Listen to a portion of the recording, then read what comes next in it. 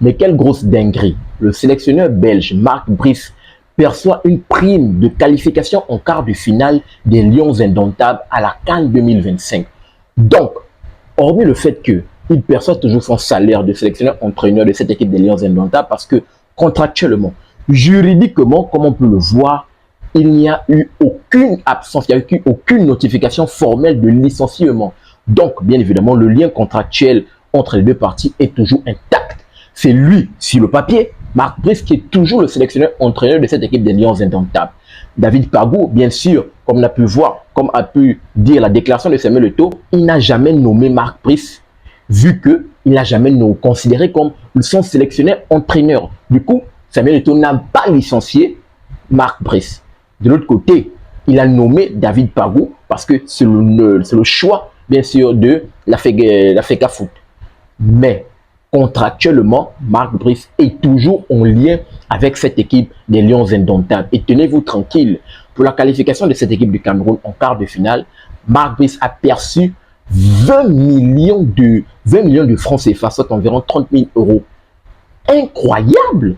Or que David Pagou, jusqu'à présent, d'après ce qu'on peut lire, David Pagou n'a reçu aucun salaire, David Pagou n'a reçu aucune prime, David Pagou, c'est Walou.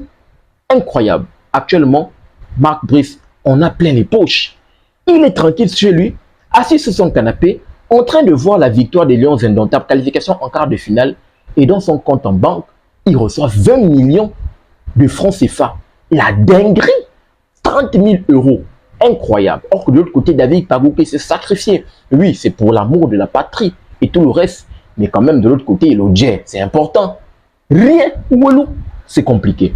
Et d'après ce que j'en peux voir, parce qu'on sait qu'il y a cette grosse bataille entre moi, le combi, ministre des Sports et Samuel Eto'o, toujours des deux côtés, d'après ce que je peux voir, d'après ce que je peux lire, c'est le président de la FECAFOOT, Samuel Eto'o, qui doit payer. Vu que c'est lui qui a nommé le sélectionneur-entraîneur David Pagou, c'est lui qui doit payer, bien évidemment, David Pagou. Donc actuellement, ce qui est en train de se passer du côté du Cameroun, c'est une grosse dinguerie, les gars.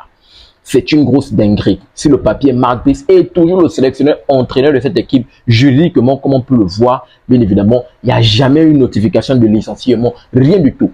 D'ailleurs, il a un contrat de 2 ans. Donc, même s'il a été licencié avant la fin de son contrat, forcément, il y a des indemnités qui doivent être versées, bien sûr, parce qu'il n'est pas allé au terme de son contrat. Ça, c'est de 1, il continue toujours de percevoir son salaire. Mais de 2, le fait qu'il perçoive la prime de qualification de cette équipe des Lions indomptables en cas, bien sûr, c'est un gros scandale. Et bon, pas scandale, juridiquement, c'est justifiable. Mais quand je parle de scandale, parce que je pense que cette équipe, le Cameroun perd vraiment beaucoup d'argent. Ils perdent beaucoup d'argent.